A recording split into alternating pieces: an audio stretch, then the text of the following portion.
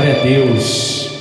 Boa noite, meu irmão, minha irmã. Boa noite a você que nos acompanha nessa noite. É uma alegria ter você aqui conosco na primeira IPI de Assis. Vamos louvar a Deus, vamos orar nessa hora, invocando a presença dEle, pedindo para Ele nos abençoar, pedindo para que Ele fale conosco nessa noite. Eu vou pedir para o nosso irmão Mário fazer essa oração, agradecendo e suplicando a presença do Senhor conosco.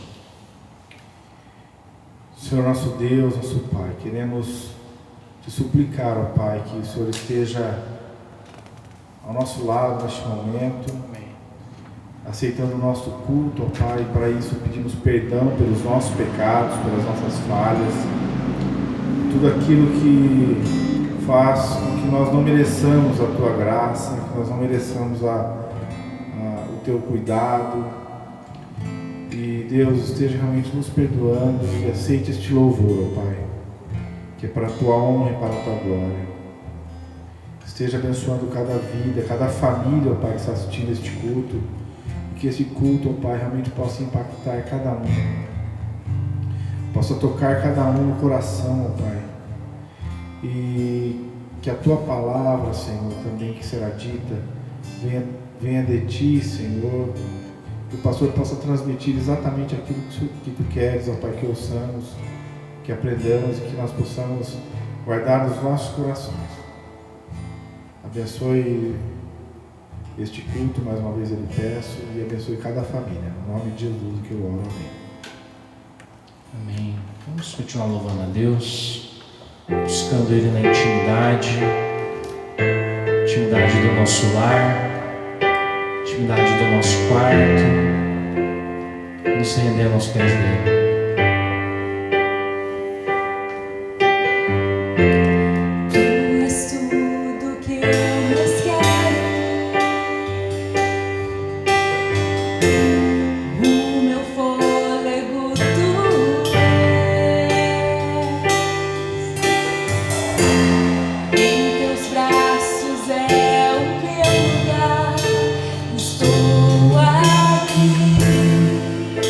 Estou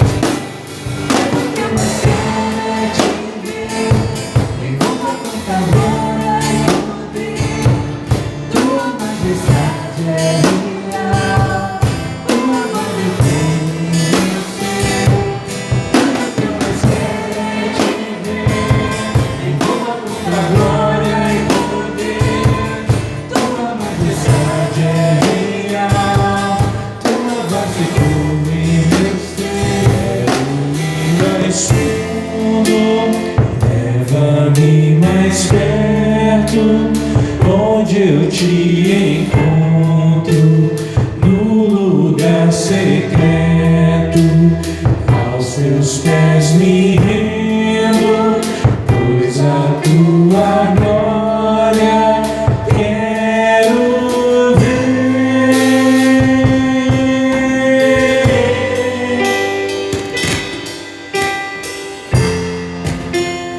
Salmo de número 97 diz o seguinte: o Senhor Deus é Rei, alegre-se a terra, fiquem contentes ilhas do mar, em volta dele há nuvens e escuridão.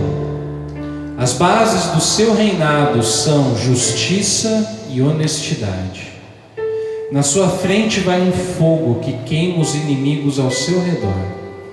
Os seus relâmpagos iluminam o mundo, a terra vê e treme. Os montes se derretem como cera diante do Senhor de toda a terra.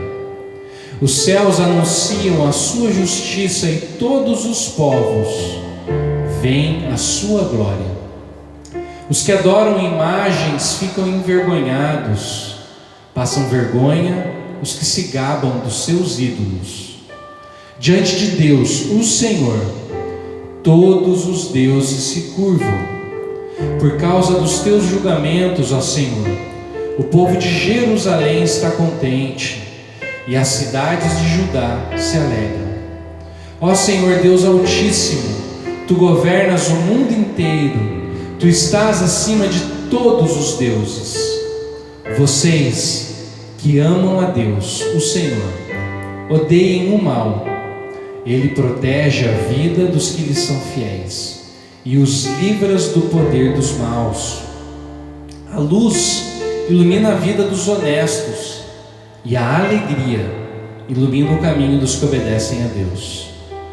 Que o Senhor seja a alegria de vocês que são obedientes a Ele. Que o Santo Deus seja louvado. Amém. Que você possa continuar adorando a Deus através desse próximo cântico que fala: sinto o tremor dos montes, ouço o ecoar do mar. Quando o povo se levanta para adorar a Cristo, né? Todas as vozes elas se juntam e a gente vê Deus se movendo entre as nações, se movendo no mundo, apesar das coisas que acontecem, apesar das notícias, apesar de que os poderosos julgam que eles são capazes de fazer. Nosso Deus, Ele tem um plano e esse plano continua, o plano de trazer a salvação para o mundo. Nós podemos fazer parte disso e podemos adorar a Deus, abrindo o nosso coração, deixando a esperança entrar. Vamos então louvar a Deus.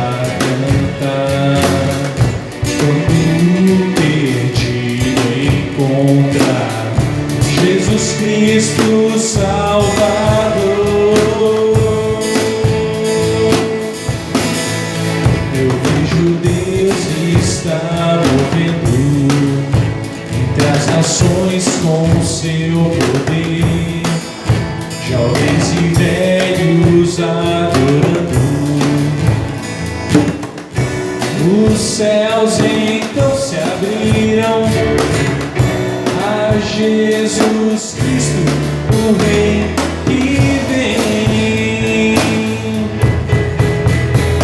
Abra o coração e deixa a música ecoar por toda a terra. Som de esperança, o som de júbilo, faz-nos cantar ao Rei da Glória. Sinta o temor das trevas, com os santos a louvar, e as nações em um só coro, toda a terra restaurar. Eu vejo Deus está movendo entre as nações com o seu poder, jovens e velhos adorando. Os céus então se abriram, os céus então se abriram, os céus então se abriram para Jesus Cristo, o Rei que vem.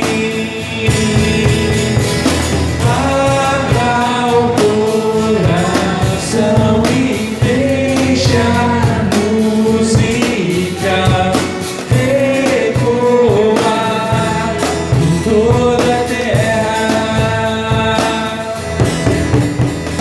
Som de esperança, o som de júbilo, faz-nos dançar ao Rei da Glória. Abre o coração, abra o coração e deixa a música ecoar por toda a terra. Som de esperança, som de júbilo, faz-nos dançar ao Rei da Glória.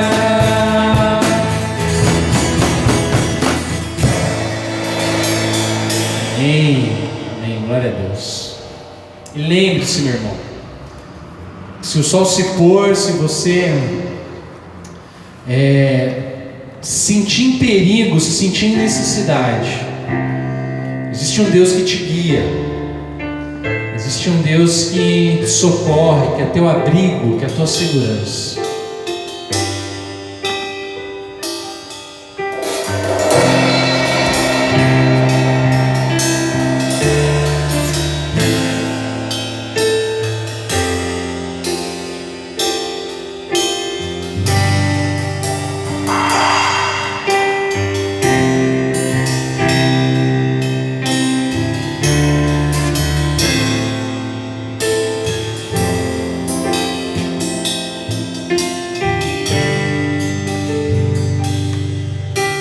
Se o sol se pôr e a noite chegar, tu és quem me guia. Se a tempestade me alcançar, tu és meu abrigo.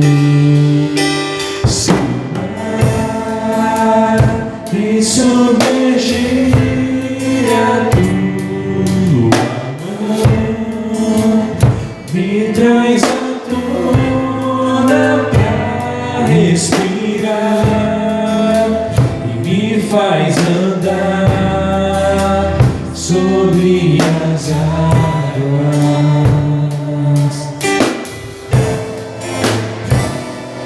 Tu és o Deus da minha salvação.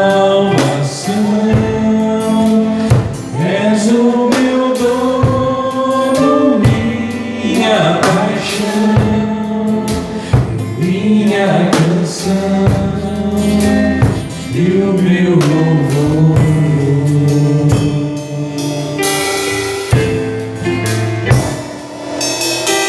Se só se pôr e noite chegar, tu és quem me guia.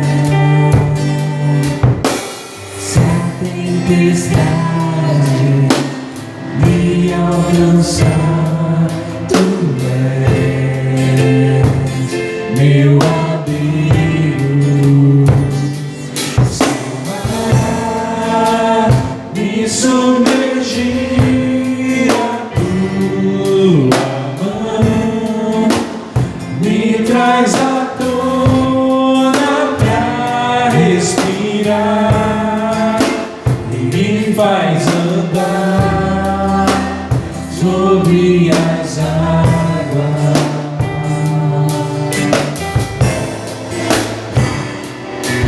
Tu és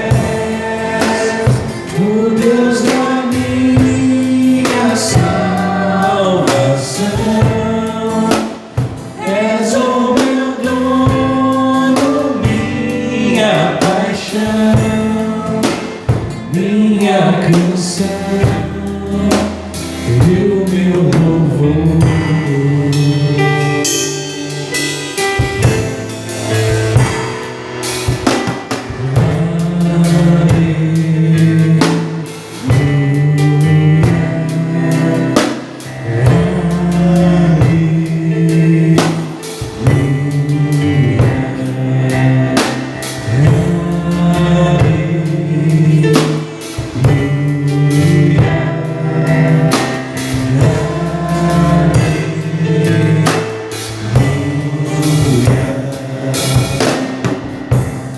Nossa irmã Luciana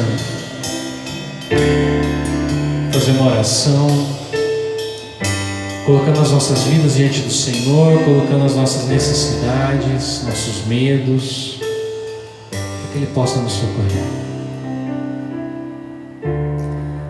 Poderoso Deus e eterno Pai, nós entramos diante da Tua presença, confiantes e sabendo, ó Pai, em quem nós cremos, ó Deus.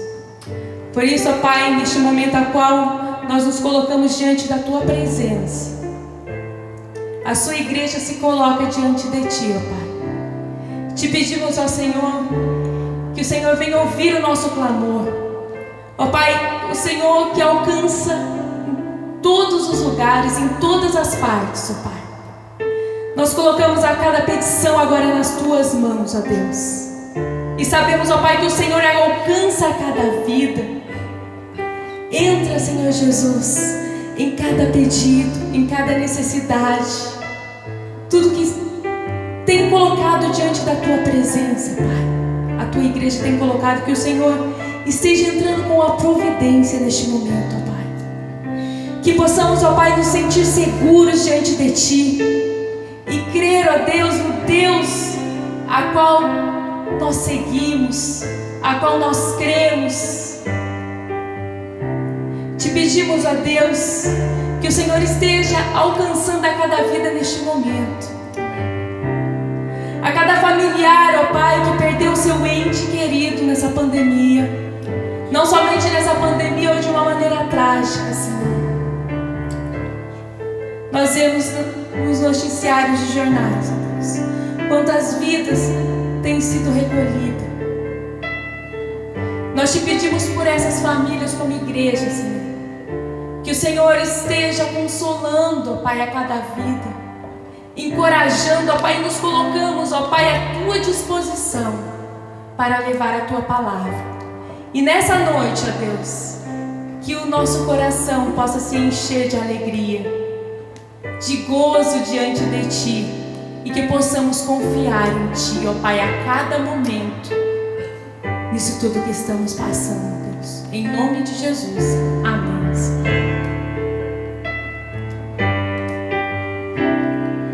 Tu és o Deus da minha salvação, és o meu dono, minha paixão, minha minha canção e o meu louvor.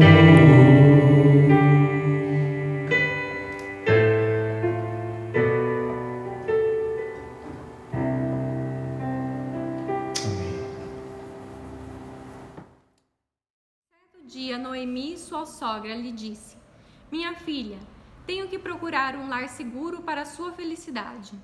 Boaz, aquele com cujas servas você esteve, é nosso parente próximo. Esta noite ele estará limpando cevada na eira. Lave-se, perfume-se, vista sua melhor roupa e desça para a eira. Mas não deixe que ele perceba você até que tenha comido e bebido. Quando ele for dormir, note bem o lugar em que ele se deitar. Então vá, descubra os seus pés e deite-se. Ele lhe dirá o que fazer. Respondeu Ruth: farei tudo o que você está me dizendo. Então ela desceu para a eira e fez tudo o que sua sogra tinha lhe recomendado. Quando Boaz terminou de comer e beber, ficou alegre e foi deitar-se perto do monte de grãos. Ruth aproximou-se sem ser notada, descobriu os pés dele e deitou-se. No meio da noite, o homem acordou de repente. Ele se virou e assustou-se ao ver uma mulher deitada a seus pés. Quem é você? Perguntou ele. Sou sua serva Ruth, disse ela. Estenda a sua capa sobre a sua serva, pois Senhor é resgatador.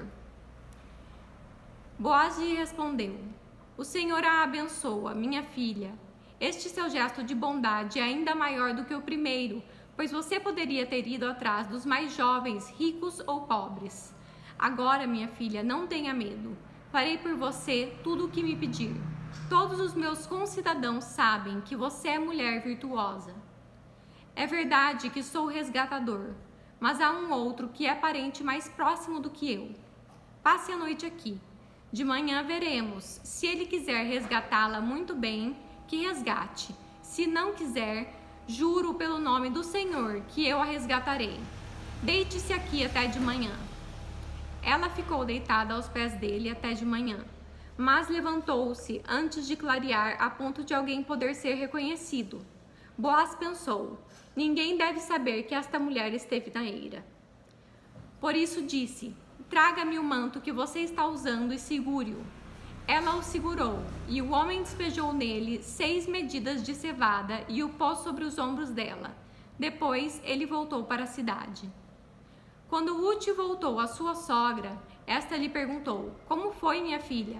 Ruth lhe contou tudo o que Boaz tinha feito, e acrescentou: ele me deu estas 6 medidas de cevada, dizendo: não volte para sua sogra de mãos vazias. Disse então Noemi: agora espere, minha filha, até saber o que acontecerá. Sem dúvida, aquele homem não descansará enquanto não resolver esta questão hoje mesmo.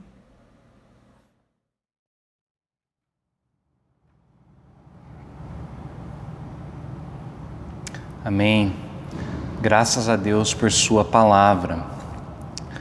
Irmãos, para nós entendermos o que se passa nesse capítulo 3, nós precisamos nos lembrar de algumas coisas que aconteceram antes. Então gostaria de recordar rapidamente que a história de Ruth começa relatando para nós a história de uma família que passa por uma série de crises, uma série de sofrimentos, que provocam várias mudanças na vida dessa família. A primeira crise foi a crise da fome em Belém. Não havia pão na casa do pão, esse é o significado de Belém. E isso faz com que essa família então se mude de país. Eles saem de Belém, saem de Israel e vão para Moabe. E essa é a primeira mudança que essa família vive. A segunda grande mudança é a mudança do luto. Nós vemos que quando eles chegam em Moabe, depois de um certo tempo, Elimeleque, o pai da família, morre. E 10 anos depois da morte do pai, os 2 filhos que esse casal tinha, eles morrem também. E essa mudança foi uma das mudanças mais duras enfrentadas por Noemi, que é a mãe da família. Essa mudança traz uma mudança na identidade dela. A gente viu isso no final do capítulo 1.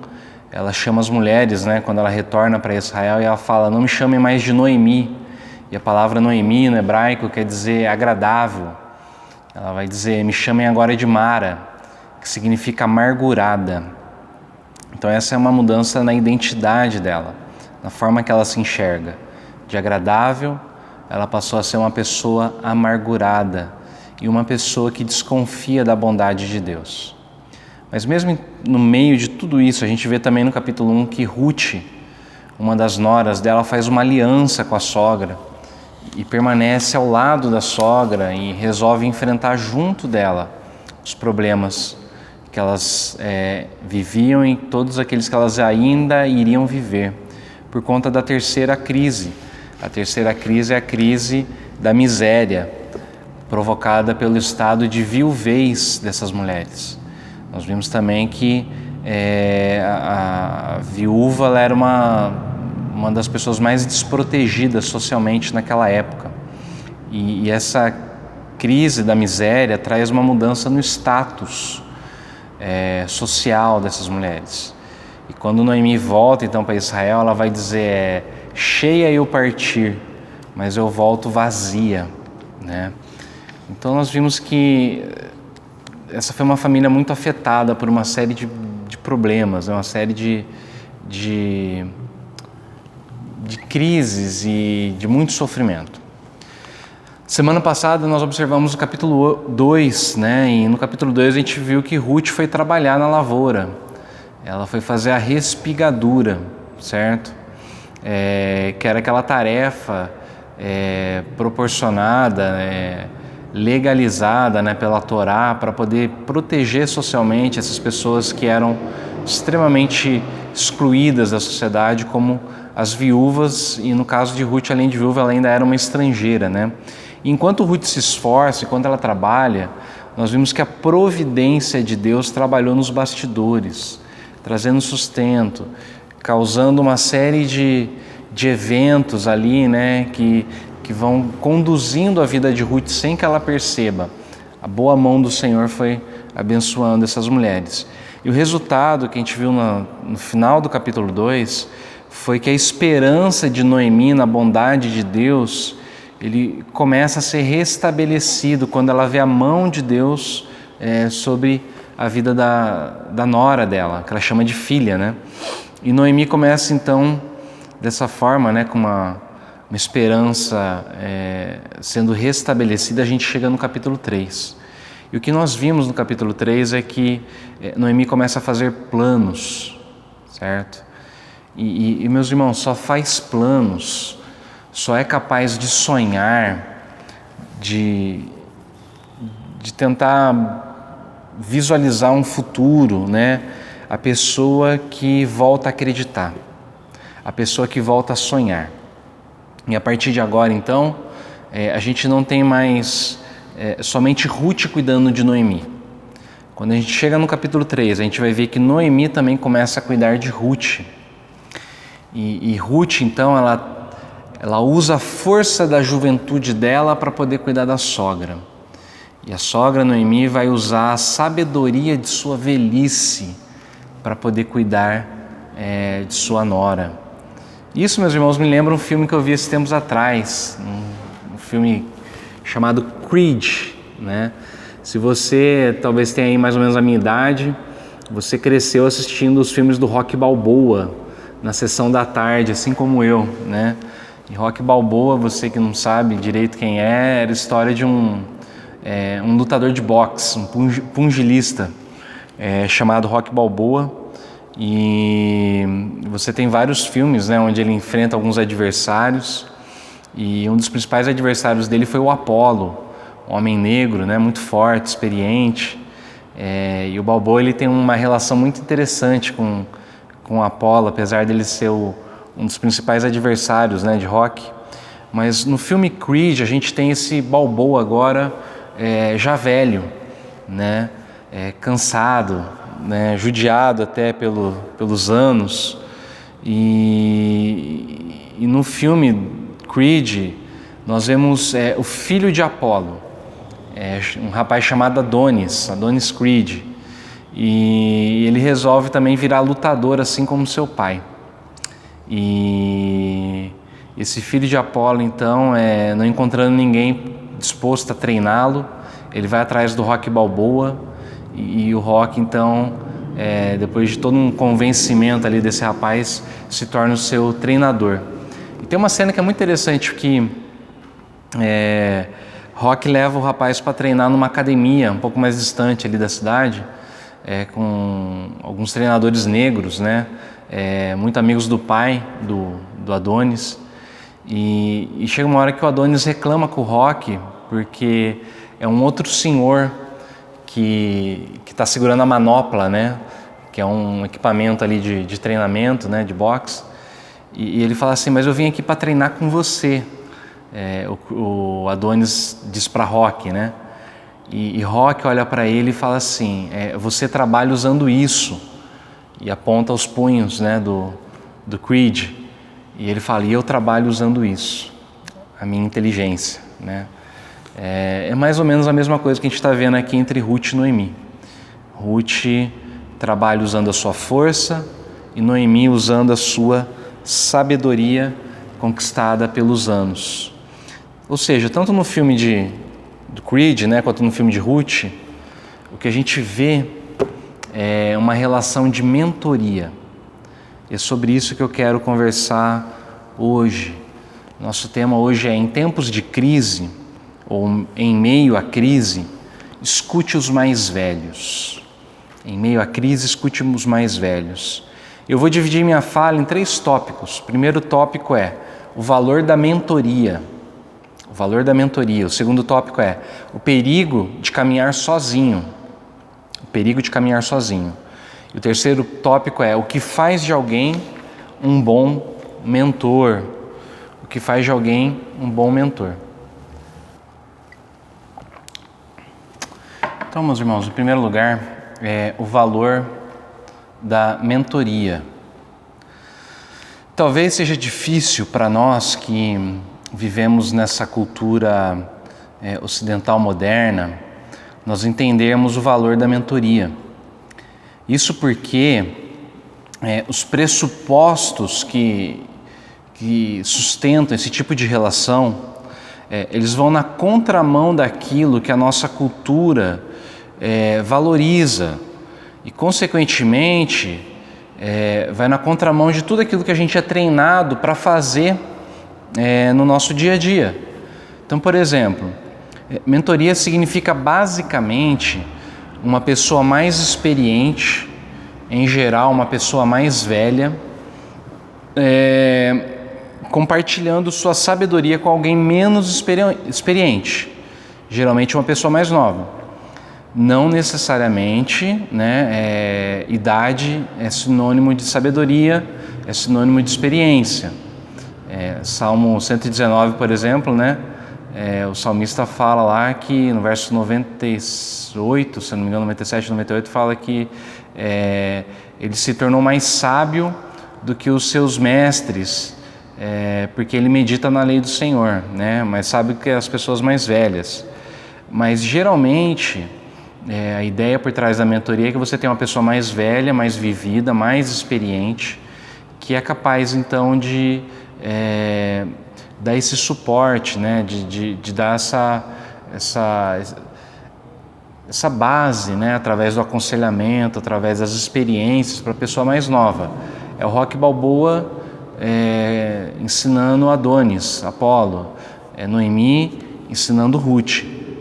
No entanto, a nossa cultura ela não costuma valorizar esse tipo de relacionamento, porque esse tipo de relacionamento que você vai ouvir a pessoa mais velha, ele não é valorizado porque a gente não respeita e não valoriza nem a pessoa do idoso na nossa cultura, né? Nossa cultura é uma cultura de consumismo, e dentro do consumismo, meus irmãos, a novidade ela tem a primazia sobre aquilo que é mais velho, aquilo que já é conhecido, aquilo que é antigo, né? De tal forma que o antigo, o velho, ele acaba sendo considerado uma coisa ultrapassada, acaba se tornando algo esquecido e, por fim, algo que é descartado, né? Isso em relação aos objetos, às coisas. Mas é muito fácil que as pessoas elas recebam o mesmo tratamento que a gente costuma dar para os objetos que não interessam mais a gente, dentro de uma cultura consumista. Lembra, no primeiro sermão da série eu falei sobre o relacionamento utilitarista, né? É isso. E semelhante a isso, a nossa cultura ela ainda vai valorizar a rapidez, o desempenho, a habilidade. Então, é muito simples para nós desprezarmos aquilo que já não tem a mesma força de antes, não tem a mesma habilidade, a mesma agilidade, né?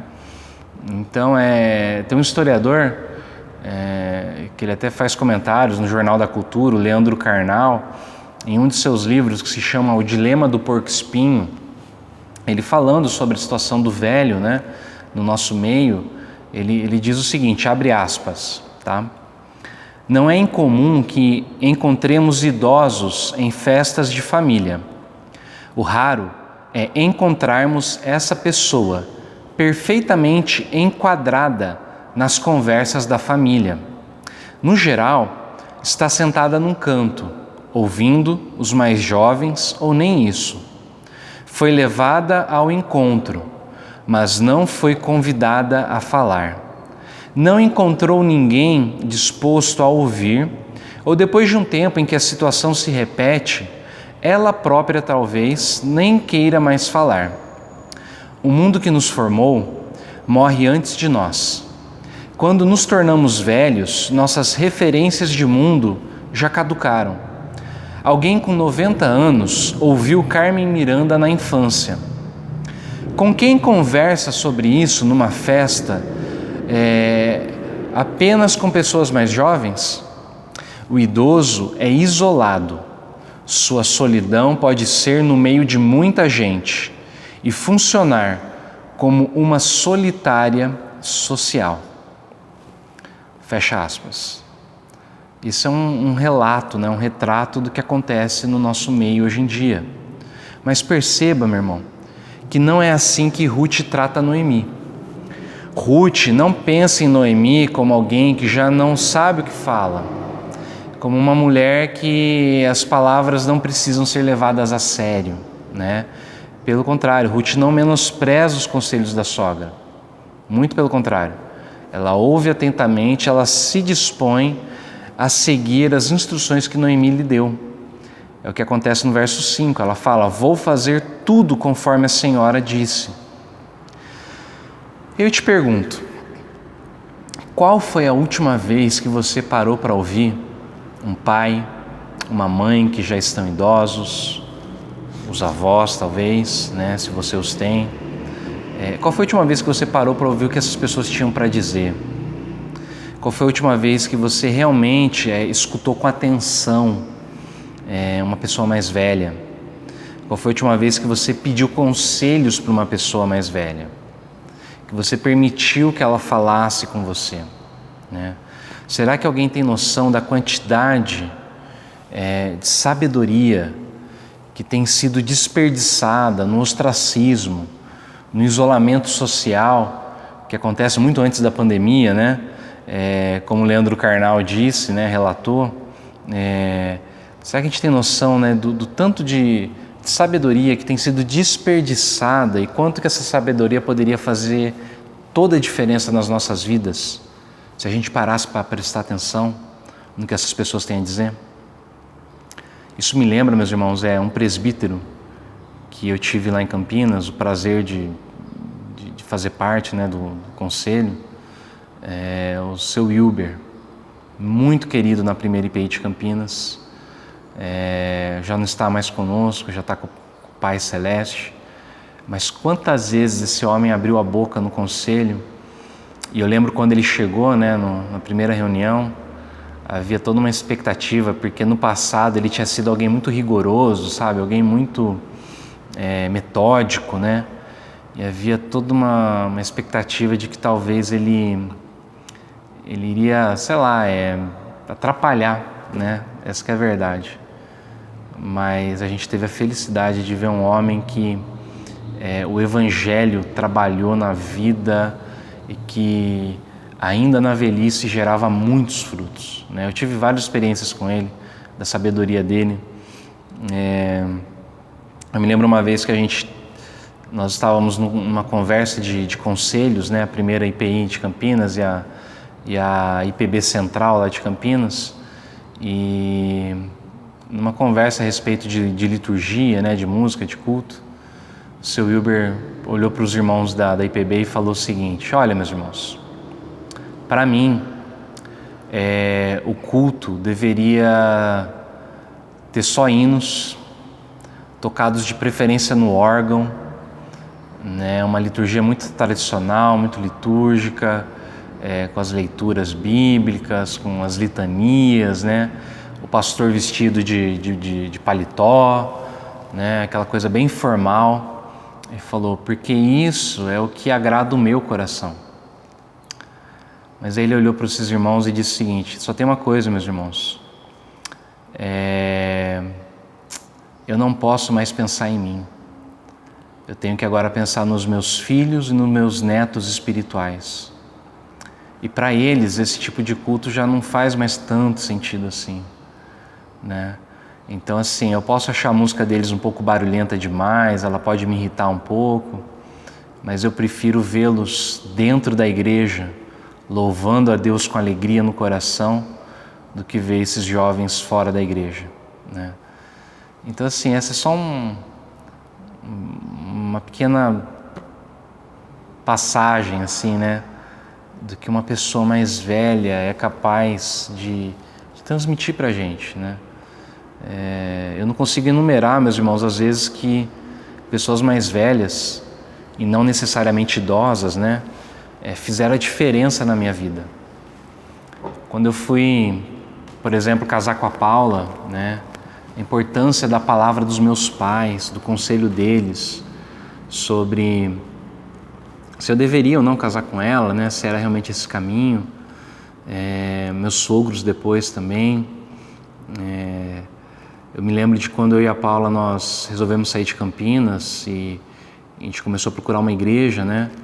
E chegou num momento que nós ficamos divididos entre duas igrejas, a IPI de Assis e a Igreja do Salvador, lá em Salvador, na Bahia. Um abraço aí para os irmãos, né, se de repente estiverem vendo. E no momento, né, de fazer a decisão de para onde Deus estava encaminhando a gente, tiveram dois pastores que foram muito importantes para mim. Um deles foi meu sogro, reverendo Valdemar, e o outro foi o reverendo Oswaldo Prado, que foi o pastor que fez o meu casamento com a Paula, né? E o pastor Oswaldo Prado, ele trabalha na CEPAL há muitos anos, né? E os dois assim me fizeram perguntas, me fizeram enxergar coisas, né? Que foi aquilo que realmente facilitou a minha vinda para Assis, né? Meus mentores que eu tenho hoje, que são o pastor Cássio, da primeira IPI de Campinas, o pastor Moura, que é o que tem me acompanhado mais de perto enquanto eu estou aqui, né, lá da segunda IPI de Campinas. Se vocês soubessem, né, o que esses homens já fizeram na minha vida, quando em momento de desespero, querendo chutar tudo para o alto e largar a igreja, ir embora da cidade, e aí eu ligo para eles, converso, a gente ora junto, e eles me ajudam a enxergar as coisas de outro jeito, né? Meu irmão, eu não estou te falando isso assim como alguém que fala só na teoria. Eu te falo isso como alguém que tem vivido na prática a diferença que faz a palavra de um mentor, a palavra de uma pessoa mais velha, né? A palavra de um mentor sábio na hora certa tem o poder de salvar a nossa vida, salvar o nosso casamento, salvar o nosso negócio, sabe? Salvar os nossos filhos. E no entanto, meus irmãos, a gente corre o risco de menosprezar esse tipo de cuidado que Deus disponibilizou para a gente. E esse é o meu segundo ponto, o perigo de caminhar sozinho. E por que alguém desprezaria, né, esse tipo de ajuda? Eu não sei se você já viveu um daqueles dias que você vê duas pessoas, principalmente se forem dois adolescentes, né, alguma coisa assim, num canto, conversando baixinho ali, dando risada, E dependendo do teu estado de humor, você pode olhar para aquilo e achar que eles estão falando de você, zombando, talvez da tua roupa, da tua aparência, ou de algum gesto, de alguma atitude tua, né? E sendo que, na verdade, a conversa deles, quase na maioria das vezes, tem nada a ver com a gente, né? Pode não ter nada a ver com você. Gente jovem tem muita coisa para dar risada, né? Mas por que a gente olha para esse tipo de situação e a gente pensa que é com a gente, né? Acontece que o nosso ego machucado, ele tem essa mania de achar que todas as coisas que acontecem ao nosso redor dizem respeito a nós, inclusive a risada alheia, né? E porque o nosso ego, meus irmãos, ele foi afetado pelo pecado e ele é extremamente doente. A percepção que a gente tem de nós mesmos, ela é machucada. Alguns momentos o nosso ego está inflado, ele está inchado. A gente tem a tendência de pensar na gente mais do que a gente deve, né? Em outros momentos o nosso ego pode estar esvaziado, ele pode estar murcho. E a gente pensa, né, de si mesmo menos do que a gente deve. Um teólogo, né, falando sobre isso, ele disse o seguinte, abre aspas: você já reparou que quando não há nenhum problema, não prestamos muita atenção ao nosso corpo? Por exemplo, se você está caminhando, né, fazendo uma corrida, você não fica pensando no teu dedo, no teu cotovelo, né? Enfim, você só caminha, né? Você só presta atenção em alguma parte do teu corpo se aquilo dói, né? E é isso que ele fala, ele continua dizendo, só avaliamos os membros do corpo caso tenham apresentado algum problema anteriormente. Isso acontece porque eles só chamam a nossa atenção quando há algo errado. Já o ego quase sempre dói. Isso acontece porque há algo muito errado com ele. O ego vive chamando a atenção para si mesmo, e isso todos os dias. O tempo inteiro, o ego exige que avaliemos nossa aparência e a maneira em que somos tratados. Isso acontece porque existe algo muito errado com o ego.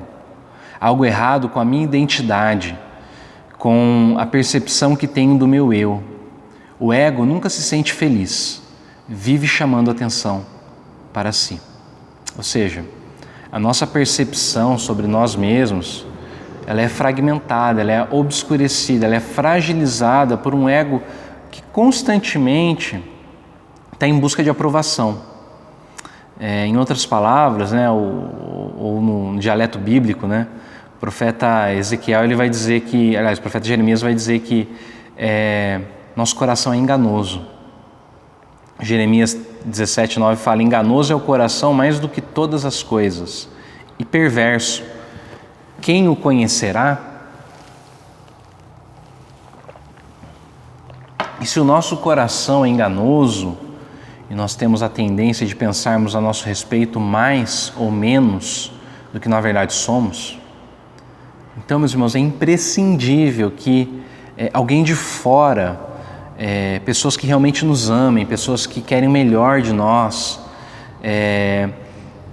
elas ajudem a gente a enxergar essas áreas das nossas vidas que a gente não é capaz de perceber sozinho. As áreas das nossas vidas precisam de mudança, que precisam ser corrigidas, que precisam ser confrontadas, tá? Ou então, até as oportunidades que a gente tem diante de nós e que a gente talvez, por medo, por timidez, por causa de baixa autoestima, a gente acaba ignorando ou acaba deixando passar. Nessa hora, a figura do mentor, ela faz toda a diferença. E é isso que eu vejo nesse texto. Eu acho que se Noemi talvez não tivesse dado aquele empurrão para Ruth, né? Como ela faz lá no versículo 3, ela fala, olha, toma um banho, se perfuma, põe a tua melhor roupa, né? E vai encontrar Boaz na hora certa, depois que ele tiver comido, você vai lá e você vai... a gente acha até um pouco ousado, né, a atitude de Ruth, e tem gente até que na nossa cabeça muito maliciosa, né, a gente lê que ela descobriu os pés de Boaz, e muitas pessoas já dão um sentido de uma conotação sexual e não tem nada a ver, né? A ideia é que ela descobrindo o pé dele, ele acordasse realmente por causa do frio, né? E aí ele pudesse ver aquela mulher aos pés dele, né? E isso era um pedido de casamento, né? Então, assim, a gente vê que Ruth, nessa hora, ela foi muito ousada, ela foi muito, com toda a descrição dela até, né? Que, como vocês viram na leitura, mas, ao mesmo tempo, ousada, né? A ponto de chegar e pedir o homem em casamento. Quando ela fala, estende tua capa sobre mim, estende suas asas sobre mim, isso é um pedido de casamento, né? Mas pensa comigo, se Noemi não falasse para ela, vai, faz, será que ela teria ido? Porque eu fico imaginando o emocional de Ruth e eu não consigo deixar de pensar o seguinte, Ruth, nesse momento, por mais que talvez ela fosse uma mulher bonita, a gente não sabe, né? Mas dá até a entender isso, que Boaz, ele já, no primeiro momento que ele vê ela chama a atenção dele, né? Mas a gente não sabe como que Ruth se sentia. E eu tenho para mim que o emocional dela não devia estar no melhor momento, porque ela era uma viúva estrangeira, né?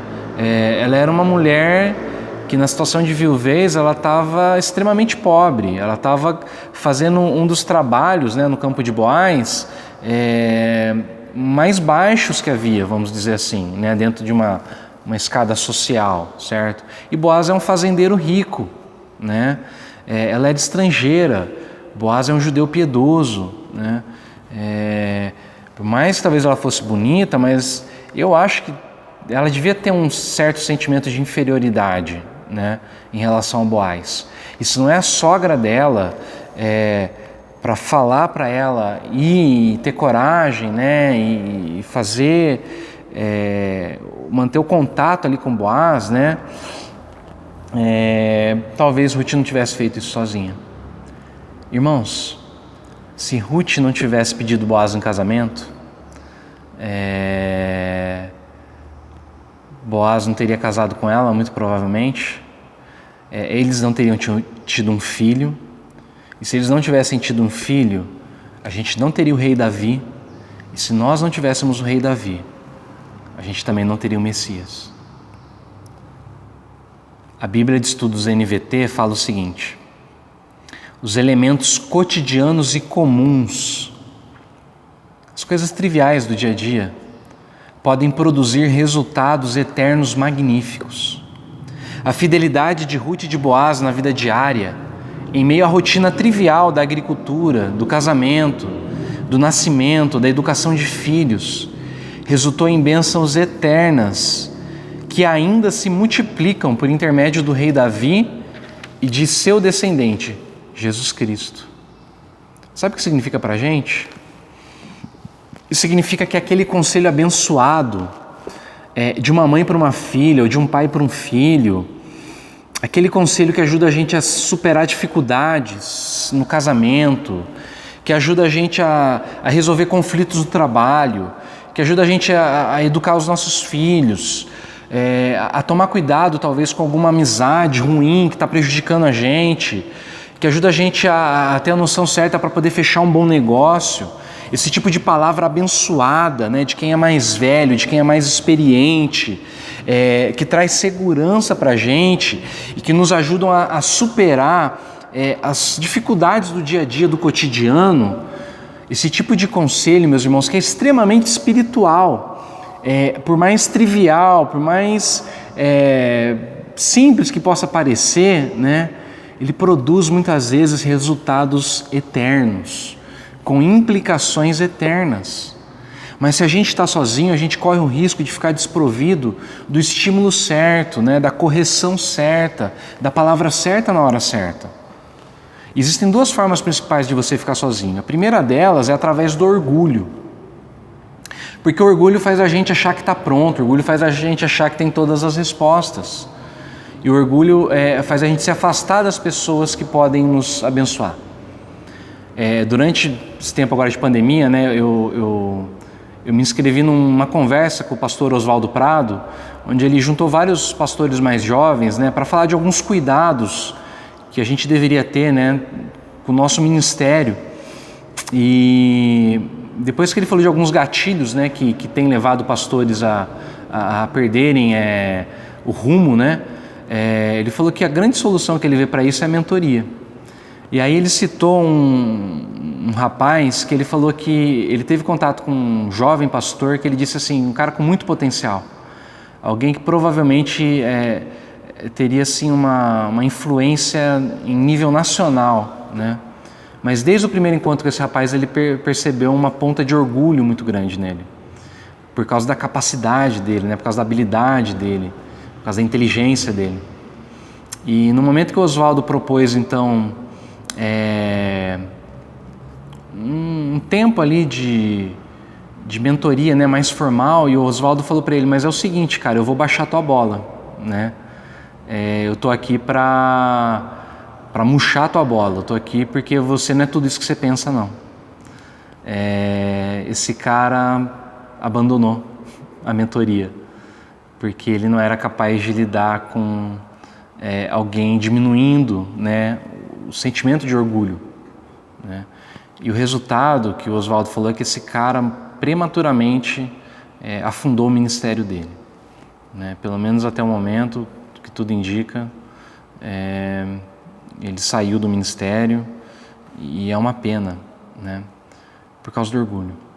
Agora, a segunda forma da gente ficar sozinho é a gente ficar cercado por pessoas iguais a nós, gente que não confronta a gente, né? E o exemplo mais claro que eu vejo disso é o exemplo de Roboão, o filho do rei Salomão, filho de Davi.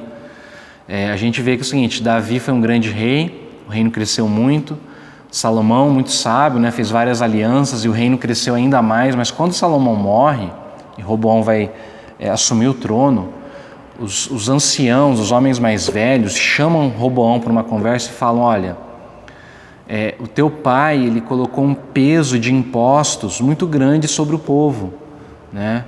E de tal forma que tem sido muito sofrido para o povo pagar esse tanto de imposto que teu pai colocou sobre nós. Então o conselho que a gente dá é o seguinte, diminua os impostos, né? Faça o bem para o povo e o povo vai te amar.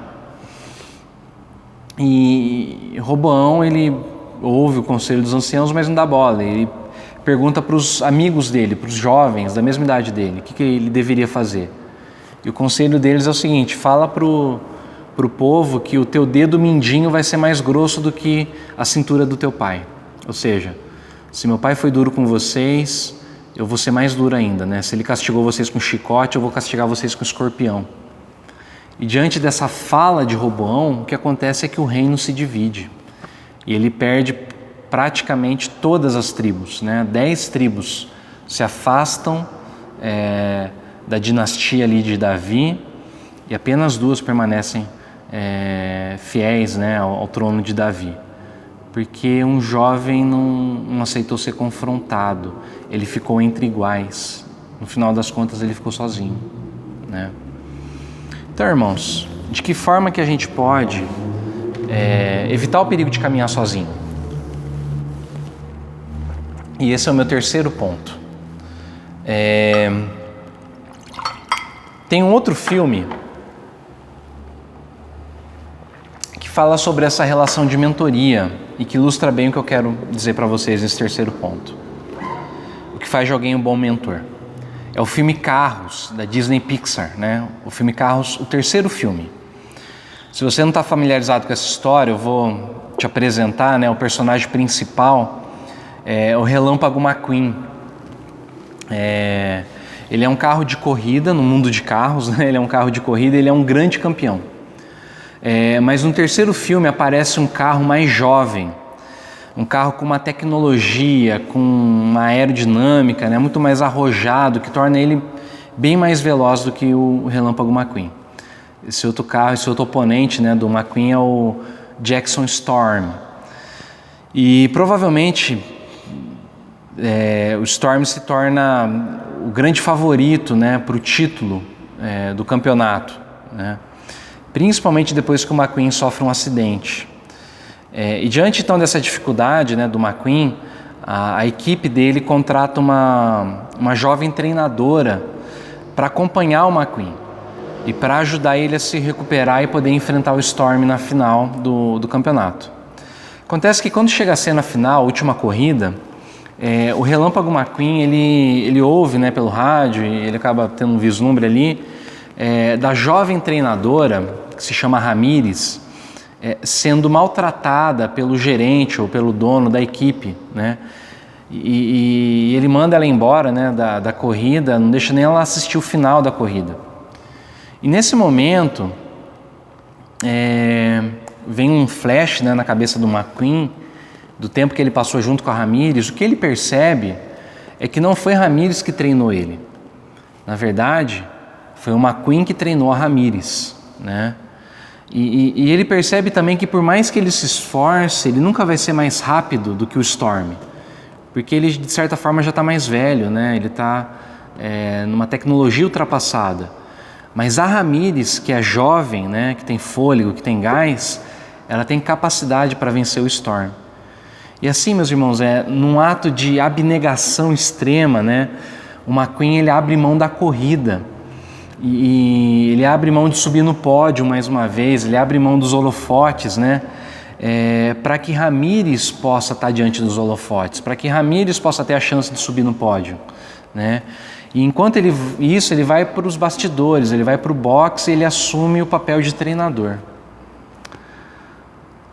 Ou seja, o que acontece nesse filme é que o McQueen, ele fala não para si mesmo, para poder dizer sim para Ramírez. E é isso que faz de alguém um bom mentor. O que faz de alguém um bom mentor? Um mentor é alguém que decidiu morrer para si mesmo, para que através da vida dele outra pessoa possa viver. Para que através da vida dele outra pessoa possa dar continuidade, né? E é exatamente isso que Noemi faz por Ruth. Repare, meus irmãos, que Boaz, ele é um homem mais velho do que Ruth. Versículo 10, quando ela faz o convite, né, ele fala que ela é abençoada porque ela não seguiu talvez ali o conselho das moças mais jovens, né, e não foi procurar um casamento com um rapaz mais jovem, fosse ele pobre, fosse ele rico, né. Ele é um cara bem mais velho do que Ruth. E aí eu me pergunto, será que Noemi não poderia ela mesma tentar casar com Boaz? Será que ela não poderia, né? Afinal de contas, ela era uma mulher israelita. Ela era legítima, né, ali da tribo. Ela não era estrangeira como Ruth.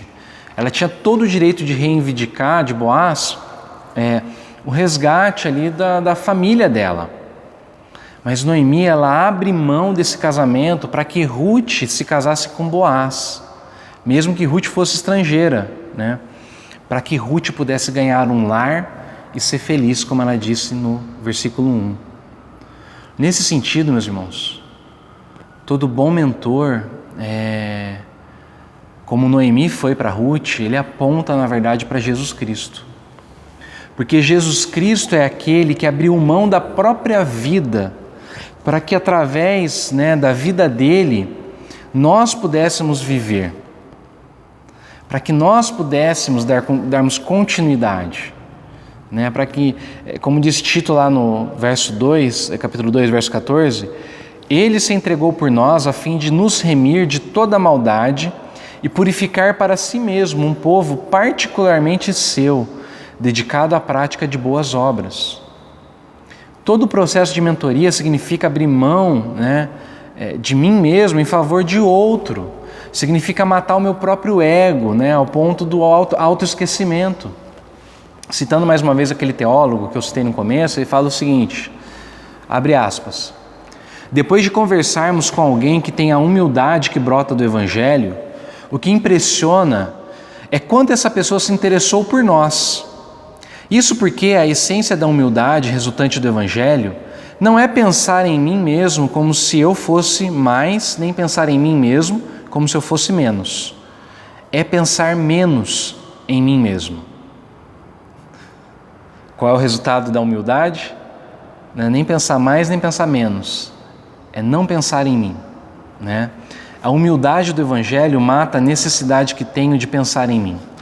Não preciso mais ligar as coisas à minha pessoa. Essa humildade dá fim a pensamentos como: eu estou aqui nessa sala, com essas pessoas, e isso faz com que, será que eu sou bem visto por elas?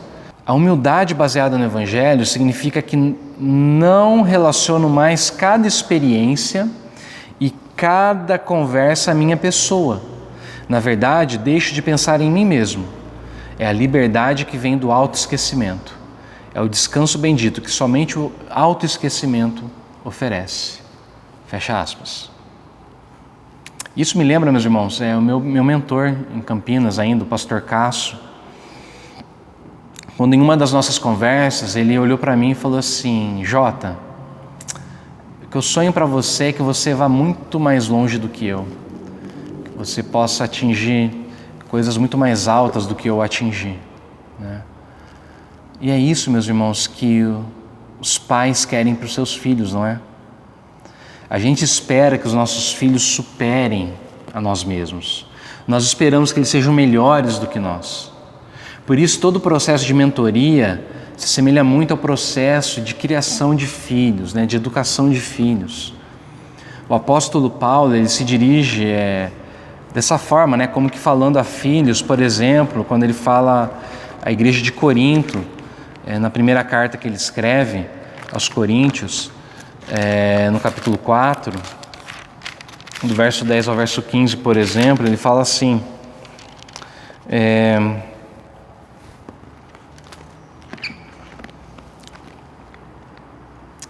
somos como um acidente na rua para o qual o mundo olha quando passa.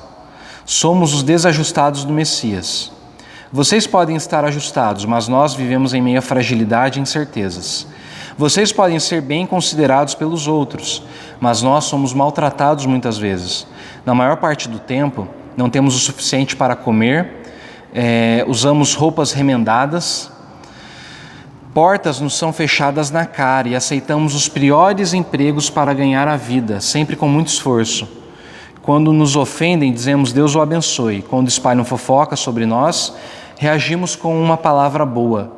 Somos tratados como lixo, como resto de comida, e a situação não vai melhorar. Não estou escrevendo para brigar nem para criar algum desconforto. Escrevo como um pai, meus filhos. Amo vocês e quero que sejam adultos, não crianças mimadas.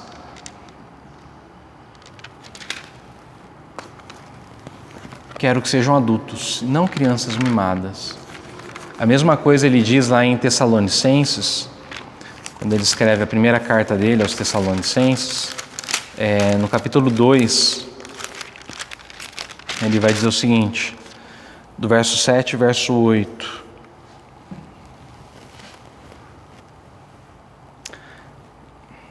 Nunca fomos superprotetores nem condescendentes, mas cuidamos de vocês, como a mãe cuida dos filhos.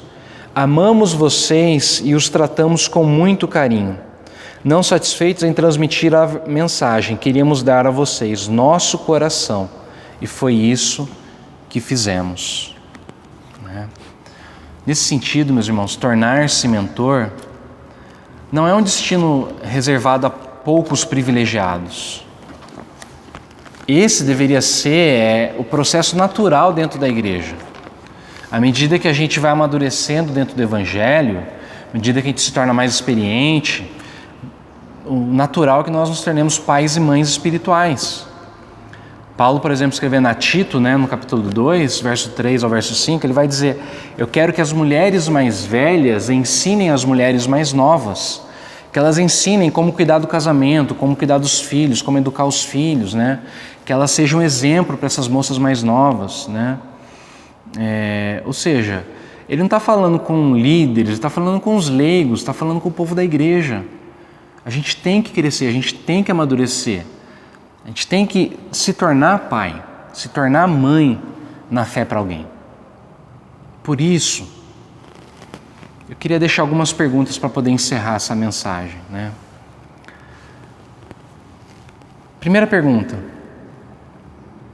será que o meu tempo de conversão, eu quero que você pergunte isso para você mesmo, o seu tempo de conversão corresponde à sua idade espiritual? Ou seja, Se você é convertido há bastante tempo, você também é uma pessoa espiritualmente madura? E talvez você vai perguntar para mim, mas pastor, como é que eu sei se eu sou maduro, né, espiritualmente? Eu dei algumas dicas, né, durante o sermão. Por exemplo, maduro é uma pessoa que o ego foi curado dentro do Evangelho da Graça. É alguém que não se sente, né, por conta de qualquer crítica, que não se ressente, né, por conta do que falam dele. É alguém que está com o ego satisfeito, que não é nem levado a ficar ensoberbecido quando é elogiado e também que não vai, né, numa depressão quando é criticado, porque o ego está em paz. Essa é uma pessoa madura. É aquele que é capaz de dar espaço para que o outro cresça, para que o outro tome a frente, sem esperar ser recompensado por isso. Né? Pessoa madura é aquela que tem muitos filhos e filhas na fé. É aquele que discipula as pessoas, aquele que ensina as pessoas. Você é uma pessoa madura? Teu tempo de conversão corresponde ao teu tempo, à tua maturidade espiritual? Segunda pergunta, o que eu tenho feito então para o meu amadurecimento? Quanto você tem investido no seu crescimento espiritual? Meu irmão, como é que é a tua disciplina, né, diária com Deus? Sabe por que eu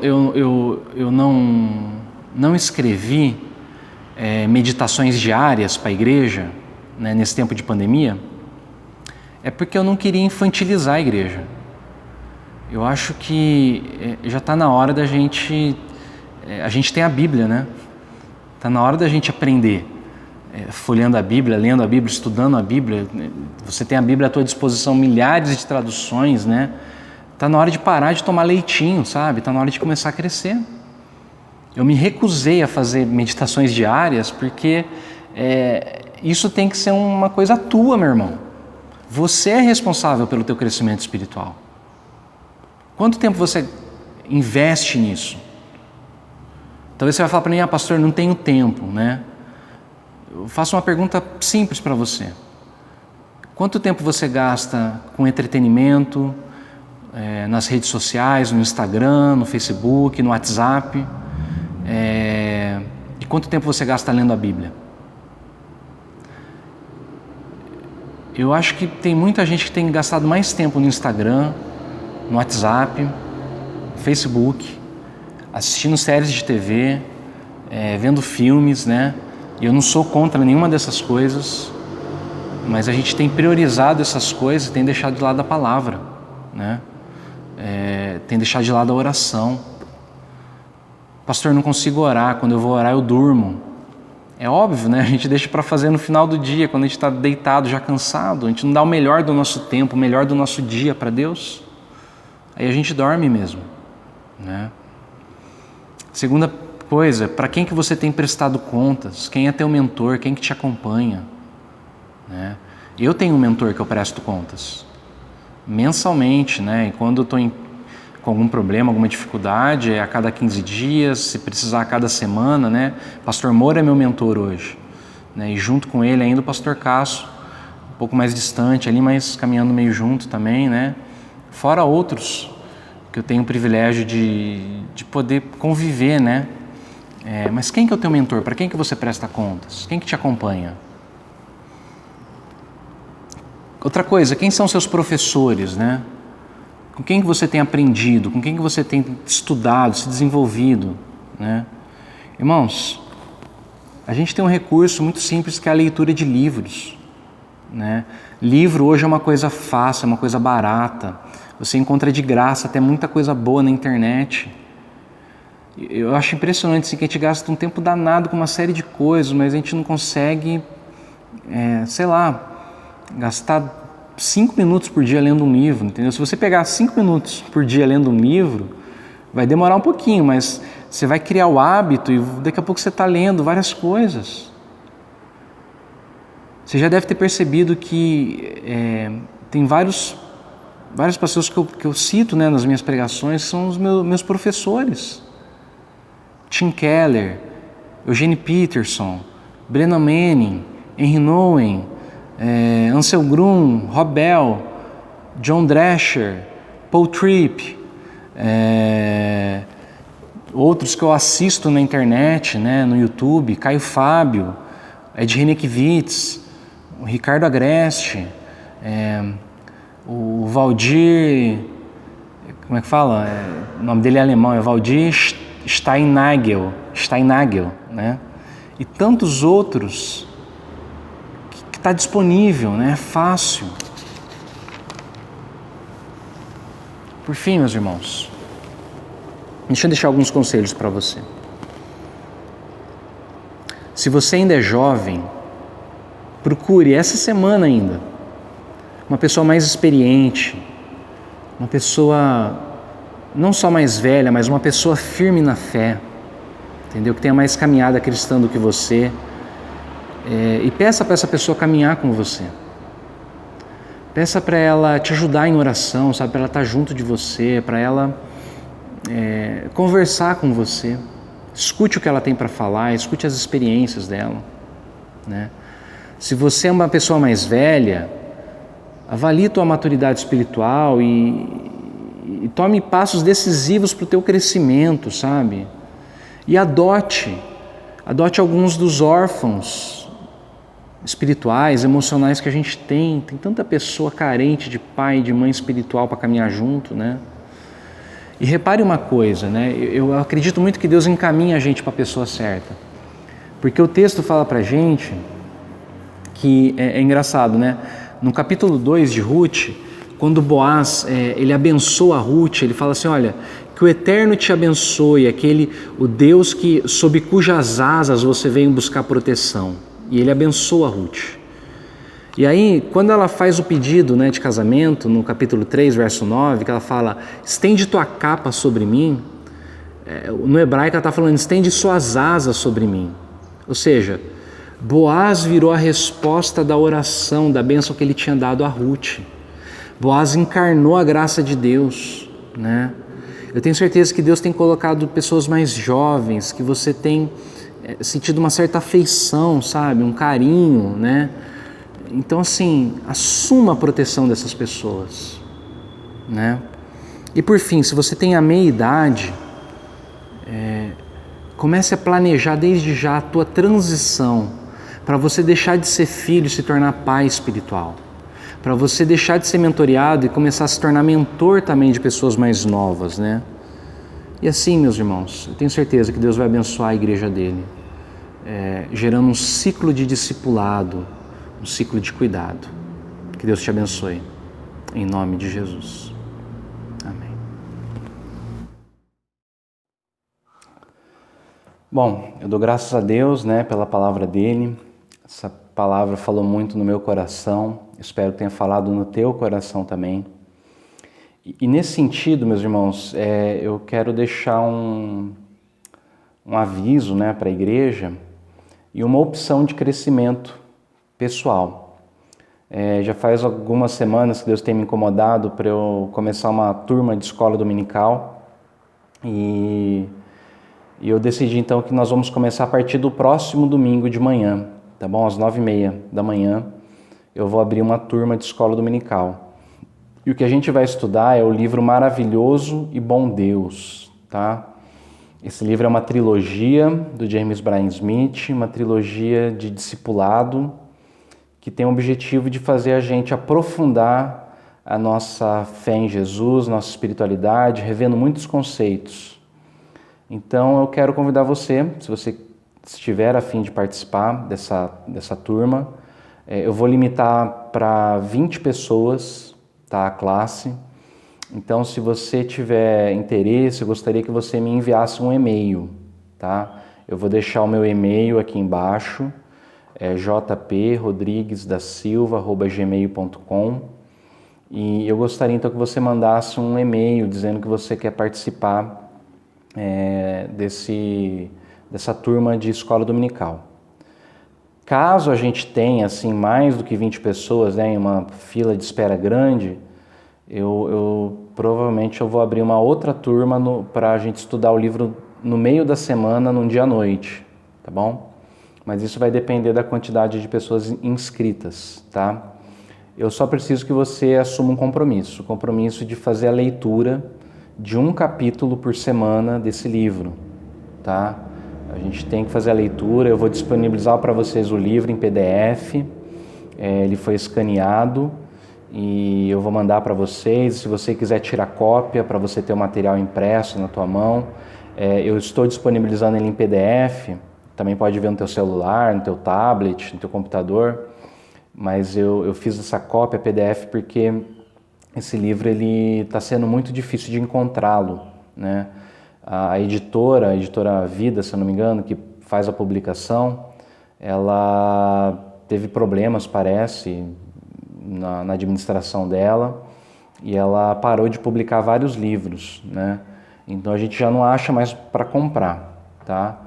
Se você quiser tentar achar na internet ou até na livraria Life, que é a livraria que a gente tem aqui na cidade evangélica, né? Você pode tentar,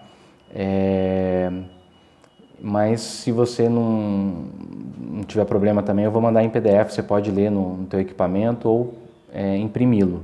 Eu só preciso que você leia, tá bom? Um capítulo por semana. E é isso, meus irmãos. E fora isso também, eu queria dar uma palavra de gratidão para a igreja, tá? No começo da pandemia eu fiz um apelo para vocês, falando da nossa necessidade, que os irmãos fossem fiéis nos dízimos, nas ofertas, e vocês responderam a isso, vocês foram fiéis. Então, assim, nós conseguimos pagar todas as nossas contas, né? A gente teve até um aumento pequeno ainda, né, na arrecadação, mas ela cresceu nos últimos 2 meses, ela cresceu. Com as medidas de contenção que o Conselho tomou, nós conseguimos reduzir as nossas despesas, tá? Então isso tem feito a gente dar uma respirada, né? E eu agradeço os irmãos, mas eu peço, meus irmãos, que vocês continuem sendo fiéis, que você faça o teu depósito do dízimo, a tua transferência bancária, tá?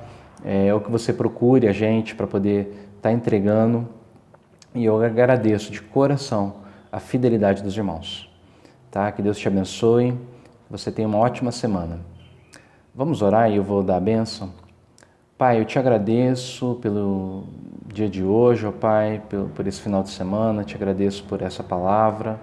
E eu peço a Deus que tua mão esteja sobre nós, que o Senhor nos abençoe, que o Senhor guie a tua igreja, meu Pai, durante essa próxima semana, que o Senhor nos mostre, ó Deus, coisas que precisamos mudar, ó Pai, como podemos crescer, ó Deus, na nossa maturidade espiritual, ó Pai, e que você levante, ó Deus, mentores, meu Pai, pessoas dispostas a abençoarem, meu Pai, outras pessoas, meu Pai.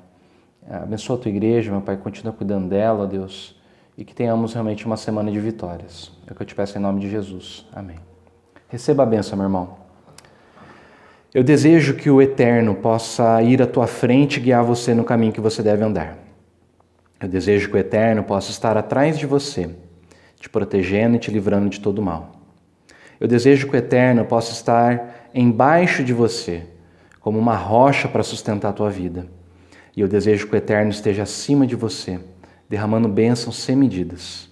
Acima de tudo, meu irmão, eu desejo que o Eterno caminhe do teu lado. E se você tropeçar, se você cair, se você ficar com medo, que Ele te levante e que Ele te dê a paz. Que o amor do Pai, a comunhão do Filho e o consolo do Espírito permaneçam conosco e com todo o povo de Deus em toda a terra, hoje e por todo sempre. Amém. Deus te abençoe.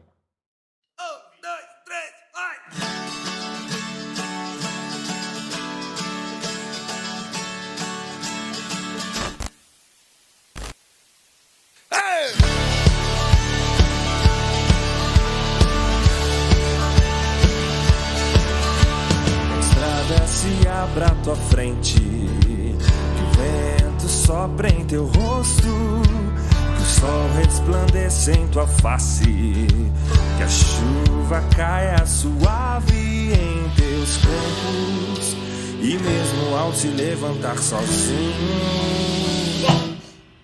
que Deus lhe move seu amor e a paz, já que o coração e a nos vemos outra vez, que Deus lhe guarde em sua mão.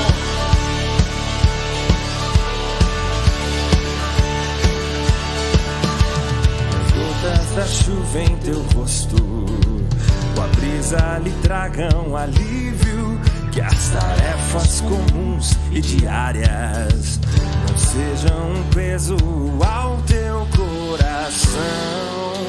E mesmo ao se levantar sozinho,